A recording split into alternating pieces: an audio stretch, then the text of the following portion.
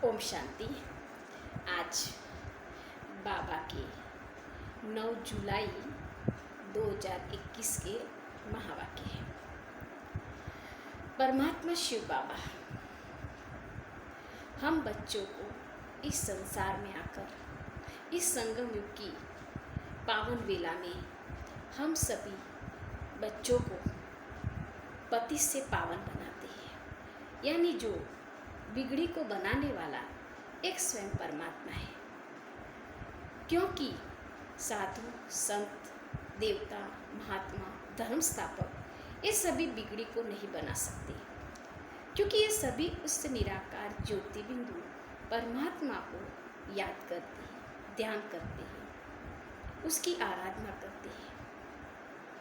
इसी अमृत वेला, इसी पावन वेला, इसी संगम की घड़ी में स्वयं परमपिता परमात्मा हमारी तकदीर को जगाते हैं, तकदीरवान बनाते हैं और हमें उस पावन दुनिया का अधिकार देते हैं।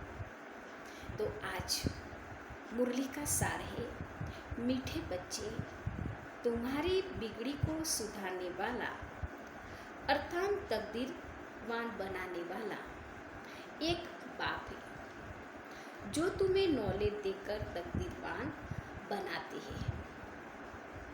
प्रश्न है, तुम बच्चों की इस रूहानी भट्टी का एक कायदा कौन सा है? प्रश्न है, तुम बच्चों की इस रूहानी भट्टी का कायदा एक कौन सा है? रूहानी भट्टी में अर्थात याद की यात्रा में बैठने वाले को कभी भी इधर उधर के ख्यालात नहीं चलते हैं। उत्तर बताते हैं कि रूहानी भट्टी में अर्थात याद की यात्रा में बैठने वालों को कभी भी इधर उधर के ख्यालात नहीं चलाने हैं। एक बात को याद करना है, अगर बुद्धि इधर उधर भटकती तो झुटका खाते रहेंगे, उबासी देगी, इससे वायुमंडल खराब होता है, अपना ही नुकसान करती है। बाबा कहते हैं नुकसान किसका होगा? अपना होगा। बाबा कहते आए हैं ज्ञान सुनने के लिए और हमारी बुद्धि बाहर जा रही है। तो बाबा कहते हैं उस पर अटेंशन रखो, क्या मेरी बुद्धि क्यों बाहर जा रही, चेक करो।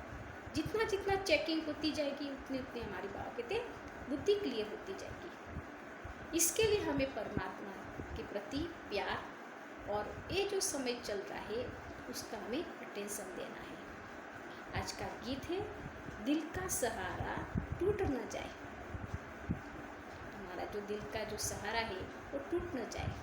हम सभी आत्माओं का सहारा एक परमात्मा ही है।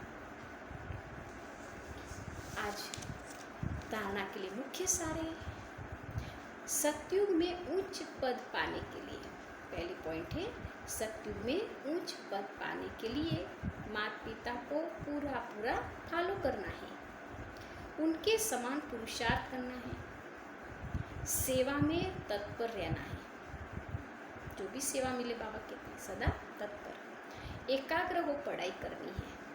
बाबा कहते हैं एक ही बार पढ़ाई पढ़नी होती है, तो बाबा कहते एकाग्र होके। दुनिया में तो फेल भी होते, एग्ज़ाम देने के बाद पास हो जाते हैं, लेकिन ये पढ़ाई बाबा कहते एक ही बार पढ़नी है और एक ही बार हमें रिजल्ट आउट होता है और हम सत्युग के मालिक बन जाते हैं। दूसरी पॉइंट, याद का सच्चा सच्चा चार्ट रखना है। बाबा कहते कौन सा चार्ट? स्कूल में भी लगते होमवर्क करते हैं, यहाँ भी बाबा हमें होमवर्क देता है सारे दिन का। सुबह से रात तक हमें चेकिंग करनी है। कौन सी चेकिंग? आत्मा के अंदर हमें कौन से विचार आए, हमने किसी के प्रति बुरा सोचा, अच्छा सोचा, हमें चेकिंग करनी है। अपने को आत्मा समझ बाप को याद करना है। बाबा रोज कहते हैं आत्मा समझेंगे तो बाबा याद आएगा, शरीर समझेंगे तो शरीर याद आएगा। देह व देहधारियों को याद नहीं करना है, देह को नहीं तो देहधारियों को भी नहीं। देह याद आया तो देहधारी भी याद आएंगे। तो क्या देखना है? आत्मा देखना है।